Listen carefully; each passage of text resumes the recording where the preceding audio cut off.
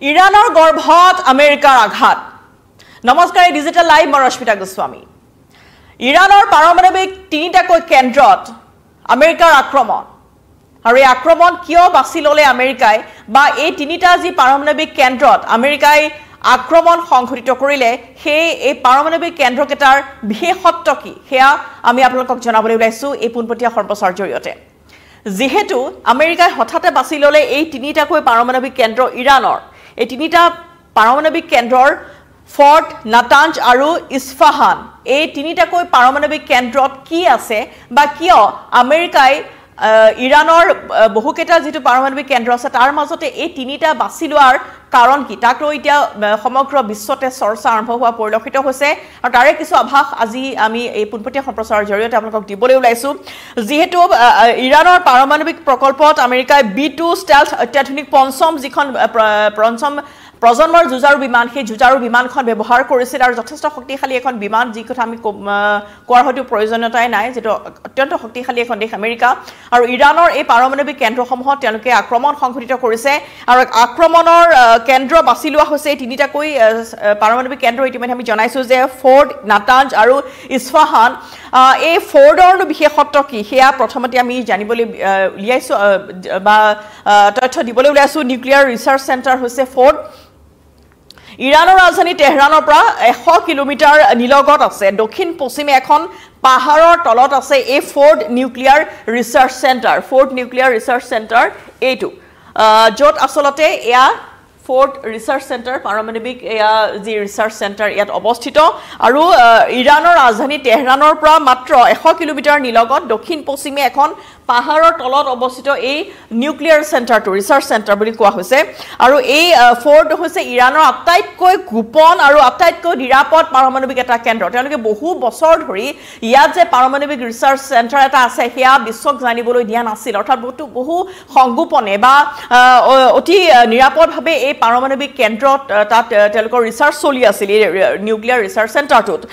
পাহাৰৰ তলত মাটিৰ প্ৰায় 300 ফুট তলত এই কেন্দ্ৰটো নিৰ্মাণ কৰা হৈছে অনুমান কৰক যে কিমান সংগোপনে তেওঁলোকে এই ৰিচাৰ্চ চেণ্টাৰটো তাত স্থাপন কৰিছিল য'ত পাহাৰৰ তলত আছিল পাহাৰৰ মাটিৰ পৰা আকৌ 300 ফুট তলত এই ৰিচাৰ্চ কেন্দ্ৰটো নিৰ্মাণ কৰা হৈছিল আৰু য'ত বাহিৰৰ পৰা যাতে তেওঁলোকে এনেধৰণে নিৰ্মাণ কৰিছিল ৰিচাৰ্চ চেণ্টাৰটো যাতে বাহিৰৰ পৰা কোনো শত্ৰুৱে যদি আক্ৰমণ কৰে তেতিয়াহ'লে ইয়াৰ কোনো ধৰণৰ ক্ষতি নহয় নিউক্লিয়াৰ ৰিচাৰ্চ চেণ্টাৰটো ইমান সংগোপনে তেওঁলোকে ফৰ্ট এই ৰিচাৰ্চ চেণ্টাৰটো পাহাৰৰ তলত ইতিমধ্যে আমি জনাইছো যে 300 ফুট তলত এই কেন্দ্ৰটো অৱস্থিত আৰু ইমান গোপনে বা ইমান সংগোপনে তেওঁলোকে ৰিচাৰ্চ চেণ্টাৰটো তাত স্থাপন কৰিছিল বা তাৰ ৰিচাৰ্চ চলি আছিল য'ত আচলতে বাহিৰৰ পৰা যদি কোনো শত্ৰু ৰাষ্ট্ৰই তেওঁলোকক আক্ৰমণ কৰে তেতিয়াহ'লে যাতে তাৰ কোনো ধৰণৰ ক্ষতি নহয় তাৰ বাবে এনে ধৰণৰ এই কেন্দ্ৰটো স্থাপন কৰা হৈছিল আৰু যুদ্ধ বিমানৰ পৰা নিক্ষেপ কৰা মিছাইল বা বোমা দুয়োটাই ফৰ্ডৰ কোনো বিশেষ ক্ষতি কৰিব নোৱাৰে যদিও বা কোৱা হৈছে যে অত্যাধুনিক B2 ষ্টেলথ পঞ্চম প্ৰজন্মৰ যুঁজাৰু বিমান ব্যৱহাৰ কৰা হৈছে এই আক্ৰমণত গতিকে যাতে এনে ধৰণে এই ৰিচাৰ্চ চেণ্টাৰটো তাত স্থাপন কৰা হৈছিল বা অত্যাধুনিক প্ৰযুক্তিৰ সহায়ত যুঁজাৰু বিমান হওক বা মিছাইলেৰে আক্ৰমণ কৰিলেও ফৰ্ডৰ কোনো বিশেষ যাতে ক্ষতি কৰিব নোৱাৰে তেনেধৰণে নিৰ্মাণ কৰা হৈছিল ৰিচাৰ্চ চেণ্টাৰটো তথাপিও আমেৰিকাই এই ৰিচাৰ্চ চেণ্টাৰটো আক্ৰমণৰ লক্ষ্য বাছি ল'লে ইজৰাইলৰ পৰা ফৰ্ডলৈ মিছাইল নিক্ষেপ কৰা হৈছিল য'ত আমেৰিকাৰ মতে ফৰ্ডক ধ্বংস কৰাৰ ক্ষমতা ইজৰাইলৰ নাই কিন্তু আমেৰিকাৰ আছে বুলি তেওঁলোকে কৈছে যে আমেৰিকা কৈছে যে ইজৰাইলৰ এই ফৰ্ডত আক্ৰমণ কৰা তেওঁলোকৰ কোনো ধৰণৰ শক্তি নাই কিন্তু আমেৰিকাৰ সেই শক্তি আছে বা আমেৰিকাৰ সেই ক্ষমতা আছে বুলি তেওঁলোকে দাবী কৰিব বিচাৰিছে আৰু এই পাৰমাণৱিক বোমাৰ বাবে প্ৰয়োজনীয় ইউৰেনিয়ামৰ সমৃদ্ধিৰ কাম ফৰ্ডত কৰা হয় পাৰমাণৱিক বোমাৰ বাবে যিবোৰ ইউৰেনিয়াম সমৃদ্ধি যিবোৰ ইউৰেনিয়াম দৰকাৰ হয় তাৰ বাবে এই ৰিচাৰ্চ চেণ্টাৰটোতে অৰ্থাৎ ফৰ্ডত এই ৰিচাৰ্চ চেণ্টাৰটোতে এই সমূহ ইউৰেনিয়াম তাত সমৃদ্ধিৰ কাম কৰা হয় আৰু ইতিমধ্যে ফৰ্ডত কোৱা হৈছে যে 60% বিশুদ্ধ ইউৰেনিয়াম উৎপাদন কৰে ইৰাণে গতিকে অতি সংগোপনে তেওঁলোকে এটা ৰিচাৰ্চ চেণ্টাৰ তাত ৰাখিছিল যিটো অতি সংগোপনে তেওঁলোকে ৰিচাৰ্চ কৰি আছিল আৰু 60% বিশুদ্ধ ইউৰেনিয়াম যিটো ইউৰেনিয়াম পাৰমাণৱিক বোমাৰ বাবে প্ৰয়োজনীয় তাৰ 60% এই ফৰ্ড নামৰ যিটো নিউক্লিয়াৰ ৰিচাৰ্চ চেণ্টাৰ আছিল সেই ফৰ্ড নামৰ নিউক্লিয়াৰ ৰিচাৰ্চ চেণ্টাৰটোত এই সমূহ ইউৰেনিয়াম প্ৰস্তুত কৰিছিল ইৰাণে ফৰ্ডো পাৰমাণৱিক কেন্দ্ৰত প্ৰতি মাহে 166 কিলোগ্ৰাম ইউৰেনিয়াম উৎপাদন কৰা হয় গতিকে ভাবক কিমান শক্তিশালী এটা পাৰমাণৱিক কেন্দ্ৰ য'ত প্ৰতিটো মাহতে মাহৰ 30টা দিনত 166 কিলোগ্ৰাম ইউৰেনিয়াম উৎপাদন কৰা হয় আৰু ইৰানে এই পাৰমাণৱিক কেন্দ্ৰটোৰ অস্তিত্ব বহু দিনলৈ লুকুৱাই ৰাখিছিল বহু দিনলৈ তেওঁলোকে সংগোপনে ইয়াত কাম কৰি আছিল আৰু পাহাৰৰ তলত অতি গোপনে চলিছিল এই কামবোৰ যাতে কোনো দেশে বা কোনো বিদেশী ৰাষ্ট্ৰই যাতে ইয়াৰ কোনো ধৰণৰ তথ্য লাভ কৰিব নোৱাৰে তাৰ বাবে অতি সংগোপনে ইয়াত কাম কৰা হৈছিল আৰু বহু দিনলৈ তেওঁলোকে ইয়াত যে এই পাৰমাণৱিক ৰিচাৰ্চ চেণ্টাৰ আছে সেয়া লুকুৱাই ৰাখিছিল আৰু পশ্চিমীয়া চোৰাংচোৱা সংস্থাসমূহে এই কেন্দ্ৰটোৰ অস্তিত্বৰ বিষয়ে প্ৰথমবাৰৰ বাবে 2009 বৰ্ষতহে জানিব পাৰিছিল অৰ্থাৎ বহু বছৰ ধৰি তেওঁলোকে লুকুৱাই ৰাখিছিল কিন্তু প্ৰথমবাৰলৈ পোহৰলৈ আহিছিল 2009 চনত আৰু তাৰ পিছত ইৰানেও আনুষ্ঠানিকভাৱে ইয়াৰ অস্তিত্ব স্বীকাৰ কৰিছিল যেতিয়া পশ্চিমীয়া চোৰাংচোৱা সংস্থাসমূহে ইয়াৰ অস্তিত্ব জানিব পাৰিলে তাৰ পিছতেই ইৰানে আনুষ্ঠানিকভাৱে ইয়াৰ কথা ইতিমধ্যে স্বীকাৰ কৰিছে ফৰ্ট বেছটো বিশেষভাৱে গ্ৰাউণ্ড টু এয়াৰ ডিফেন্স সিস্টেমৰ দ্বাৰা সুৰক্ষিত ইয়াত ৰাছিয়াৰ S-300 প্ৰতিৰক্ষা ব্যৱস্থা ব্যৱহাৰ কৰা হৈছে যাতে অবিৰত বোমা বিস্ফোৰণীয় কেন্দ্ৰটো যাতে কোনো ধৰণৰ ক্ষতি কৰিব নোৱাৰে যথেষ্ট শক্তিশালী ৰূপত বা যথেষ্ট অত্যাধুনিক প্ৰযুক্তিৰে তেওঁক এই যি পাৰমাণৱিক কেন্দ্ৰ আছিল এই কেন্দ্ৰটো তেনেধৰণে নিউক্লিয়াৰ ৰিচাৰ্চ চেণ্টাৰটো তেনেধৰণে সুৰক্ষিতভাৱে নিৰ্মাণ কৰা হৈছিল যাতে বাহিৰৰ কোনো বোমা বিস্ফোৰণেও অবিৰত যদি বোমা বিস্ফোৰণ কৰি থকা হয় যাতে এই পাৰমাণৱিক কেন্দ্ৰটোৰ কোনো ধৰণৰ যাতে ক্ষতি কৰিব নোৱাৰে তাৰ বাবে এনেধৰণে প্ৰতিৰক্ষা ব্যৱস্থা গ্ৰহণ কৰা হৈছিল ৰাছিয়াৰ S-300 প্ৰতিৰক্ষা ব্যৱস্থা ইয়াত ব্যৱহাৰ কৰা হৈছিল আৰু সেইবাবে এই কেন্দ্ৰটো ইজৰাইলৰ পশ্চিমীয়া শক্তিসমূহৰ বাবে মূৰৰ বিষ হৈ পৰিছিল সেইবাবে আমেৰিকাই কৈছে যে ইজৰাইলে কিন্তু ইয়াৰ কোনো ধৰণৰ ক্ষতি কৰিব নোৱাৰে কিন্তু আমেৰিকাৰ সেই শক্তি আছে কিন্তু ইফালে ইৰানে কৈছে যে কোনো ধৰণৰ ক্ষতি হোৱা নাই এই ফৰ্ডৰ ইফালে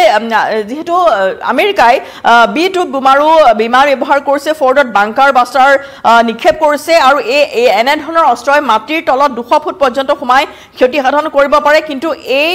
যেটো পাৰমাণৱিক কেন্দ্ৰ আছে মাটিৰ পৰা 300 ফুট তলত আছে আৰু য'ত আক্ৰমণ সংঘটিত হৈছে বা যেটো অস্ত্ৰই যেটো বোমাৰু যিখন B-2 ষ্টেলথ অত্যাধুনিক যি যুঁজাৰু বিমান ব্যৱহাৰ কৰা হৈছিল সেই যুঁজাৰু বিমানে প্ৰায় 200 ফুট পৰ্যন্ত সোমাই ক্ষতি সাধন কৰিব পাৰে বুলি আমেৰিকাই দাবী কৰিছে কিন্তু ইতিমধ্যেই ইৰানে কৈছে যে 300 ফুট তলত আছিল গতিকে ফৰ্ডৰ কোনো ধৰণৰ ক্ষতি সাধন কৰা হোৱা নাই কিন্তু এতিয়া এই আমেৰিকাৰ আক্ৰমণৰ পিছতে দেশৰ বিশ্বৰ সবাতকৈ শক্তিশালী দেশ আমেৰিকাৰ আক্ৰমণৰ পিছতে এতিয়া এই ফৰ্ডৰ এই পাৰমাণৱিক ৰিচাৰ্চ চেণ্টাৰটোৰ কিমান ক্ষতি হৈছে সেয়া পৰৱৰ্তী সময়ত নিশ্চয়কৈ লক্ষণীয় হ'ব এতিয়ালৈকে আনুষ্ঠানিকভাৱে কোনো ধৰণৰ বিবৃতি ইৰানে দিয়া নাই ইফালে দ্বিতীয়টো যেটো পাৰমাণৱিক কেন্দ্ৰ নাটানজ পাৰমাণৱিক কেন্দ্ৰটো ইৰানৰ ইউৰেনিয়াম সমৃদ্ধিৰ মুকুট বুলি কোৱা হৈছে এই দ্বিতীয়টো যেটো নাটানজ য'ত আসতে দ্বিতীয়টো যি আক্ৰমণ সংঘটিত হৈছে সেইটো কি বুলি কোৱা হয় ইউৰেনিয়াম সমৃদ্ধিৰ মুকুট বুলি কোৱা হয় য'ত পাৰমাণৱিক বোমা তেওঁলোকে নিৰ্মাণ কৰে আৰু পাৰমাণৱিক কেন্দ্ৰ গতিকে এই পাৰমাণৱিক কেন্দ্ৰটোত 60% ইউৰেনিয়াম বিশুদ্ধ কৰা হয় ইয়াৰ ফলত ইউৰেনিয়াম সামান্য তেজস্ক্ৰিয় স্তৰত উপনীত হ'ব পাৰে যদিও পাৰমাণৱিক যি বোমা সেই বোমা তৈয়াৰ কৰিবলৈ ই কিন্তু যথেষ্ট নহয় গতিকে মাটিৰ ওপৰত থকা নাটানজৰ সেই অংশটো ইজৰাইলৰ আক্ৰমণত কিছু ক্ষতি হোৱা বুলি দাবী কৰা হৈছে গতিকে এই দ্বিতীয়টো যেটো পাৰমাণৱিক কেন্দ্ৰ আছিল হি খুব বেছি সুৰক্ষিত অৱস্থাত নাছিল যেটো ইয়াত 60% ইউৰেনিয়াম বিশুদ্ধ কৰা হয় আৰু পাৰমাণৱিক বোমা তৈয়াৰ কৰিলেও ই যথেষ্ট নহয় গতিকে মাটিৰ ওপৰত আছিল এটো যেটো আমি কৈছো যে ফৰ্টটো মাটিৰ তলত অৰ্থাৎ পাহাৰৰ তলত অৱস্থিত আছিল আৰু তাৰ পৰা 300 ফুট তলত আছিল ফৰ্ট আৰু কিন্তু য'ত আসলতে দ্বিতীয়টো আক্ৰমণ সংঘটিত হৈছে নাটানজটো হৈছে মাটিৰ ওপৰত আছিল গতিকে এই পাৰমাণৱিক কেন্দ্ৰটোৰ কিছু পৰিমাণে ক্ষতি হোৱা বুলি আমেৰিকাই দাবী কৰিছে ইফালে তৃতীয়টো যি আক্ৰমণ সংঘটিত হৈছে আমেৰিকাৰ তৃতীয়টো লক্ষ্যস্থান হ'ল ইস্ফাহান পাৰমাণৱিক শক্তি কেন্দ্ৰ গতিকে ইস্ফাহান পাৰমাণৱিক শক্তি কেন্দ্ৰ তেওঁলোকে এনেধৰণে কৰিছে য'ত এটা শক্তিশালী যুঁজাৰু বিমানৰ তেওঁলোকে এনেধৰণৰ আক্ৰমণ সংঘটিত কৰিছে আৰু এই পাৰমাণৱিক শক্তি কেন্দ্ৰটো 1984 চনতে ইৰানে চীনৰ সহায়ত নিৰ্মাণ কৰিছিল তৃতীয়টো আক্ৰমণ তেওঁলোকে সংঘটিত কৰিছে এই ইস্ফাহান পাৰমাণৱিক কেন্দ্ৰ যেটো তৃতীয়টো যেটো আক্ৰমণ সংঘটিত হৈছে ইস্ফাহান পাৰমাণৱিক শক্তি কেন্দ্ৰ সেইটো চীনৰ সহায়ত ইৰানে 1984 চনত নিৰ্মাণ কৰিছিল আৰু এইটো ইৰাণৰ সৰ্ববৃহৎ পাৰমাণৱিক গৱেষণা কেন্দ্ৰ বুলি কোৱা হৈছে ইস্ফাহান বিশ্ববিদ্যালয়ৰ ভিতৰত এই গৱেষণা কেন্দ্ৰটো অৱস্থিত অৰ্থাৎ ইস্ফাহান বিশ্ববিদ্যালয়ৰ ভিতৰত অৱস্থিত এই পাৰমাণৱিক শক্তি কেন্দ্ৰটো আৰু এই কেন্দ্ৰটো 3000ৰো অধিক পাৰমাণৱিক বিজ্ঞানীয়ে গৱেষণা কৰি আছে গতিকে গৱেষণা কৰি আছে এতিয়ালৈকে সেই কেন্দ্ৰটো 3000ৰো অধিক বিজ্ঞানীয়ে আৰু ইয়াৰ উপৰিও ইয়াতে তিনিটাকৈ চীনৰ গৱেষণা ৰিয়েক্টৰ আছে আৰু পৰীক্ষাগাৰ আছে যিবোৰ ইৰাণৰ পাৰমাণৱিক কাৰ্যসূচীৰ সৈতে জড়িত পাৰমাণৱিক যিকোনো কাৰ্যসূচীৰ সৈতে এই ইস্ফাহান শক্তি কেন্দ্ৰটো ইস্ফাহান পাৰমাণৱিক শক্তি কেন্দ্ৰটো যিসমূহ ৰিচাৰ্চ কৰা হয় কোৱা হৈছে যে চীনৰ গৱেষণা ৰিয়েক্টৰ আছে পৰীক্ষাগাৰ আছে গতিকে পাৰমাণৱিক কাৰ্যসূচীৰ সৈতে ইৰাণৰ পাৰমাণৱিক কাৰ্যসূচীৰ সৈতে এই ইস্ফাহান শক্তি কেন্দ্ৰটো পাৰমাণৱিক শক্তি কেন্দ্ৰটো জড়িত হৈ আছিল আৰু ইতিমধ্যে এই তিনিটা ঘাটিত কৰা আক্ৰমণ আমেৰিকাৰ আক্ৰমণে এতিয়া ইৰাণৰ আকাশ ধূসৰ কৰি তুলিছে গতিকে ইয়াৰ পিছতে বিভিন্ন ৰাষ্ট্ৰই এই যি আমেৰিকাৰ ইৰাণৰ ওপৰত যি আক্ৰমণ সেই কিছু পৰিমাণে তেওঁলোকে সহমত প্ৰকাশ কৰিছে যে এই আক্ৰমণ ভাল হৈছে আন কিন্তু ইয়াৰ বিপৰীত লৈছে কোনো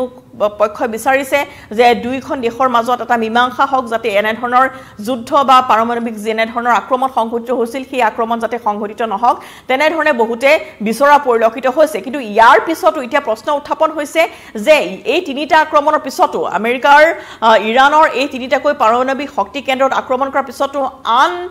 কেতবোৰ স্থানত আমেৰিকাই পুনৰবাৰ এনে ধৰণে আক্ৰমণ সংঘটিত কৰিব পাৰে নেকি তাৰো কিছু চিন্তা বৰ্তমান চলি আছে বা চৰ্চা অব্যাহত আছে সেইসমূহ নিউক্লিয়াৰ কেইটামান কেন্দ্ৰ মই ক'ব বিচাৰিছো যিসমূহ আনাৰক বুলি কোৱা হৈছে তাৰ